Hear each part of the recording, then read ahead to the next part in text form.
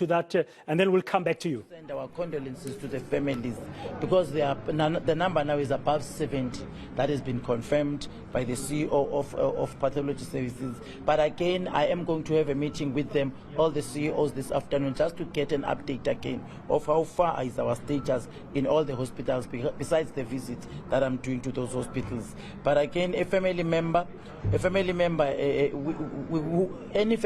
who want to identify their loved one, they should have their original identity document. But on our side, we've been able to identify most of them, because here at Helen Joseph, we have 2 that are coming from Malawi, 2 that are coming from Tanzania, 1 from KZN, and 1 from Eastern Cape in East London.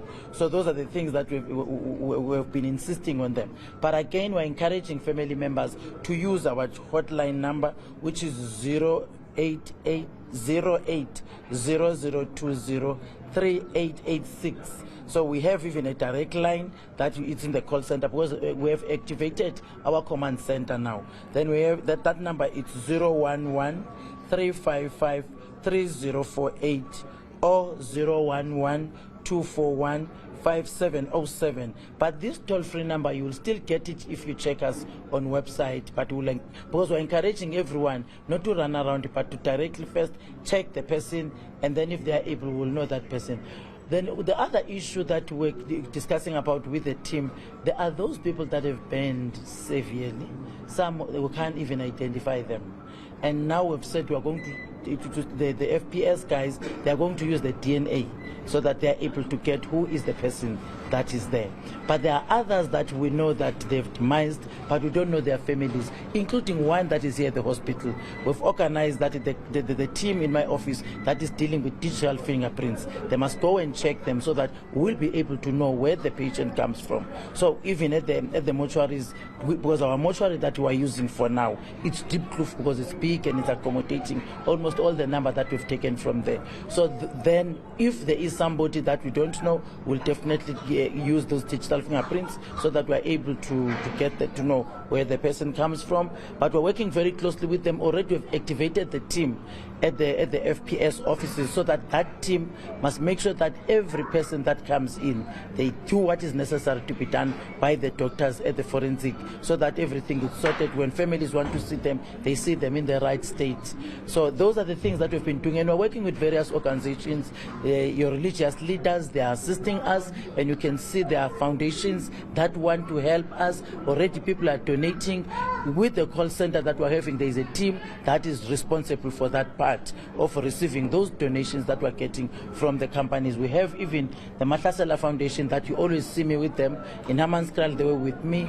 At Tambo Memorial, they were with us. Every person that is struggling will definitely assist those families through the foundations and the donations that we're getting. I know that you will want to know what's happening with those that are still, that have survived in that disaster. MEC Maile has been there in the morning, and they're activating areas where those people can be accommodated. And I'm sure you've spoken to him already about that part that is necessary. But on our side, we are prepared to make sure that counseling is done to everyone that was in the flat,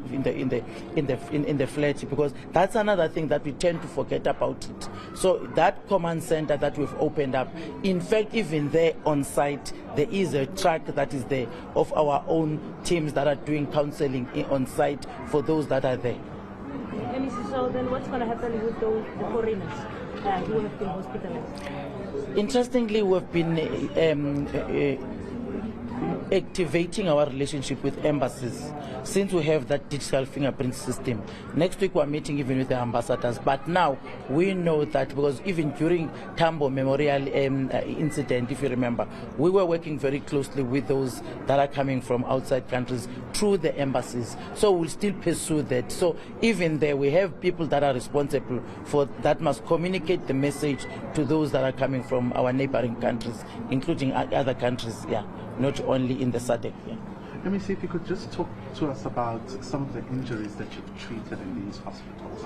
What do they look like? And I heard earlier you spoke about, taking the ones who have died to the Diepkloof mortuary.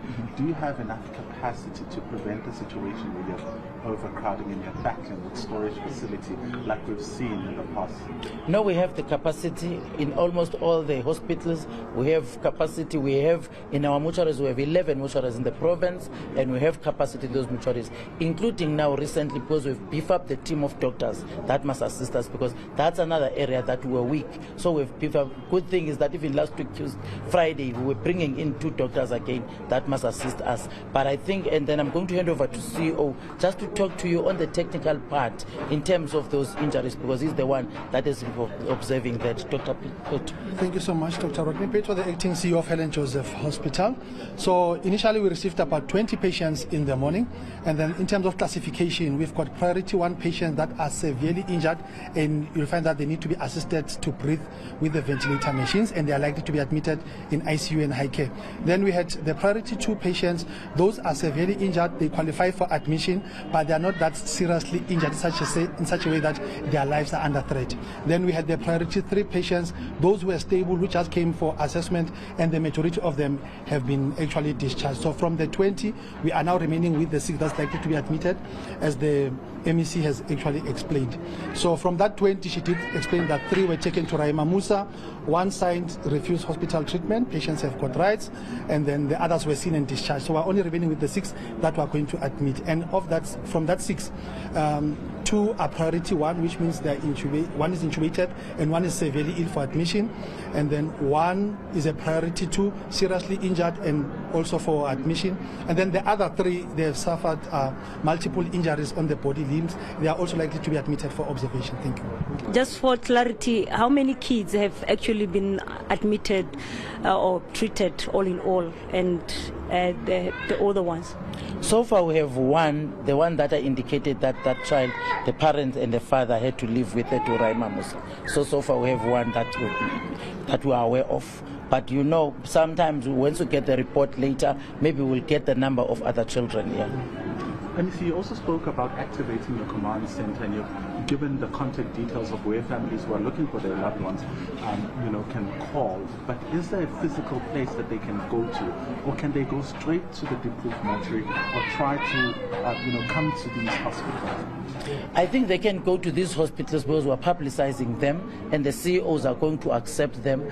At the Diepkloof mortuary, we have a manager that is running Diepkloof mortuary. They must go there. In fact, we are even organizing people that must pray for them when they arrive there, because we're activating that site in our mortuaries now to have religious leaders that are assigned to pray for every person that has a person that is demised. Not only for this incident, by the way. This is something that we've just started to do now in our hospitals, so that we comfort a person besides the counseling part. We do what you will expect when you have lost your loved one.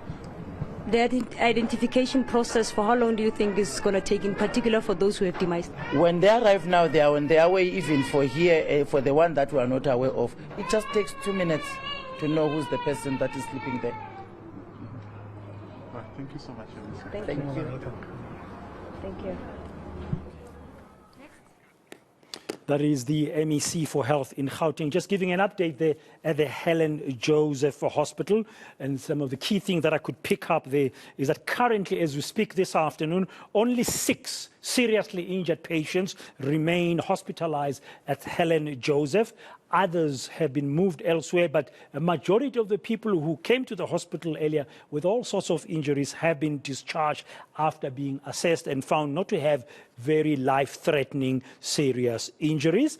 And also the MEC making the point that some of the bodies have been banned beyond recognition, and it's going to take time to identify them, and appealing to their loved ones to make contact with authorities via a number of channels. She read out a number of telephone numbers, including a toll-free one that people can go to speak to authorities as they try to trace where their loved ones are.